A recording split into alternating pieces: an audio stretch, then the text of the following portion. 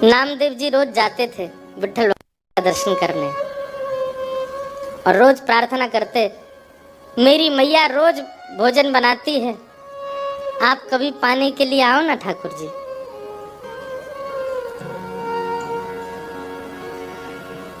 रोज नामदेव जी की एक ही प्रार्थना सुन के ठाकुर जी बोले, हे नामा, अब तू कहता है रोज मेरे घर प्रसाद पाने हो, यहाँ दर्शन कौन देगा? फिर एक काम हो सकता है। बोले क्या? तू मेरी जगह खड़ा हो जा तो मैं जाऊं प्रसाद पाने।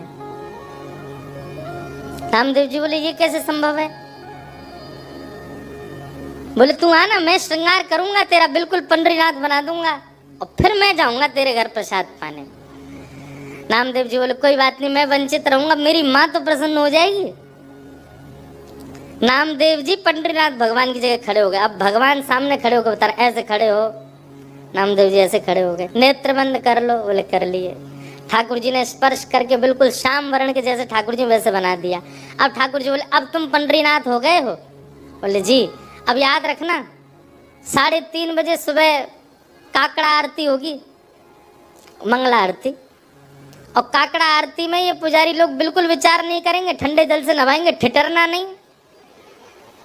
उसके बाद तुमको दूध से नवाएंगे, ठिठरना नहीं। नामदेव जी बोले, मुझे नहीं बनना पंडरीनाथ। बोले नहीं, अब तो तू खड़ा ही रहे यहीं पे, अब तेरे को भी तो पता चले मुझे क्या अनुभव होता है।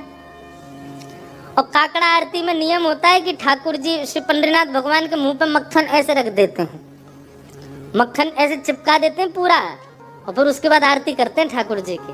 कभी जाओ पंढरपुर दर्शन करना मंगला का, काकड़ा आरती बहुत सुंदर होती है। ऐसे मक्खन रख देंगे, मन तो होगा तेरा खाने का पर चाटना नहीं। अगर नेक भी मक्खन खत्म हुआ तो पुजारी बहुत मारेंगे। मैं कुछ नहीं करता, मैं केवल चुपचाप खड़ा रहता हूँ।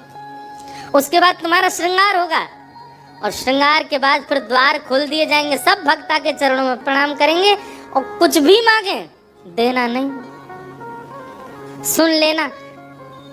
विधि का विधान, कर्म का विधान सब उनको योग्यता दे देगा। तुम सब पर दया करके कुछ भी मत दे देना, नहीं तो लोग कुछ भी मांग लेंगे। अब खड़े रहो, मैं जा रहा हूँ। और अर्धरात्रि में श्री पंडरीनाथ भगवान नामदेव जी के घर गए। द्वार जाकर के खड़े, खोलो। जैसे ही द्वार खोला माने, आहा, जैसे ही द्वार पर पंडरीनाथ भगवान को देखा, नामदेव जी की माता जी तो आनंदित हो गई, चरणों में गिर पड़ी। ठाकुर जी बोले, मैया जल्दी पवाओ, भूख लगी मुझे। ये पुजारी लोग एक ही चीज खवा, पूरन पोली खवाते रहते हैं मुझको रोज, मेरा मन भर गया, आप कुछ और पवाओ।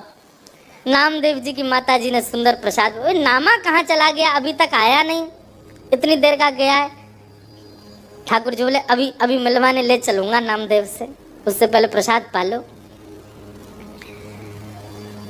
ठाकुर जी ने प्रसाद पाया। प्रसाद पा करके महाराज मैया से बोले, कारी सौल लेके आओ, एक कारी कमली लेके आओ। मैया बोली, क्यों? बोले, कोई पहचान जाएगा मुझे, ढक के चलूंगा। और एक कारी सौल ठाकुर जी ने ऐसे सिर के ऊपर के ओढ़ी, केवल नेत्र दिख रहे हैं, बाकी पूरे ठाकुर जी ढक गए। और मैया से बोले, चलो मेरे संग। कहाँ?